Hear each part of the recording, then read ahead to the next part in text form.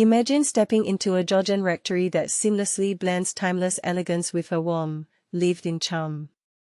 But here's where it gets controversial. In an era of sleek, modern renovations, Tamsyn Mason, the interior designer behind this Hampshire gem, dared to preserve its soul rather than erase it.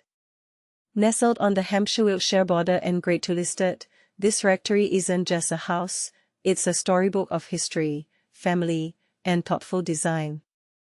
I've worked in stunning homes, but this one feels particularly special, Tamsyn reflects. Originally tasked with a simple refresh for a family of 5, plus 4 dogs, she quickly realized the project demanded far more than a surface-level makeover. Previous owners had tinkered with the property, adding modern extensions while neglecting essentials like plumbing and wiring. Tamsyn dove into a full-scale restoration, rewiring, replumbing, and breathing life back into its weary bones.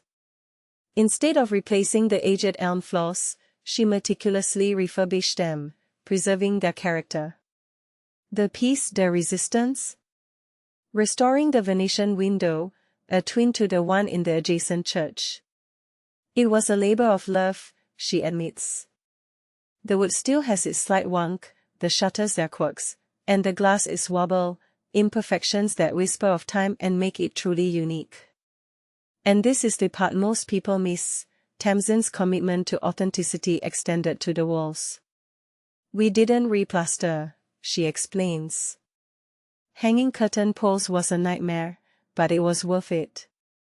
Everything feels slightly off-kilter, and that's what makes it feel like an old house, not a museum piece.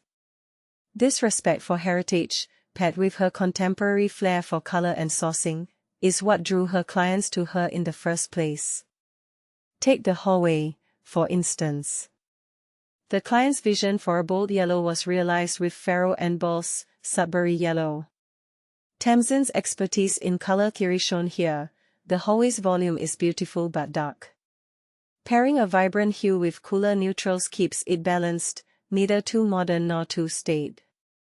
In the main bedroom, structural changes created a spacious suite, while Pierre Frey wallpaper and rose onyx macaron wool curtains added luxury. A pelmet ensured blackout conditions, a request Tamsyn notes is increasingly popular. But here's the bold question, in a world obsessed with perfection, is there room for imperfection in design? Tamsyn's work says yes. The rectory's modern extensions, lacking the architectural charm of the original, were layered with textures and details to make them feel special. In the spare bedroom, a bed canopy in Penny Morrison fabric and double-layered curtains transform it into a guest sanctuary. Even the dormer windows, notoriously tricky, were dressed with hinged curtain poles, a small but ingenious detail that maximizes light. What's truly remarkable is how the family uses every inch of the house.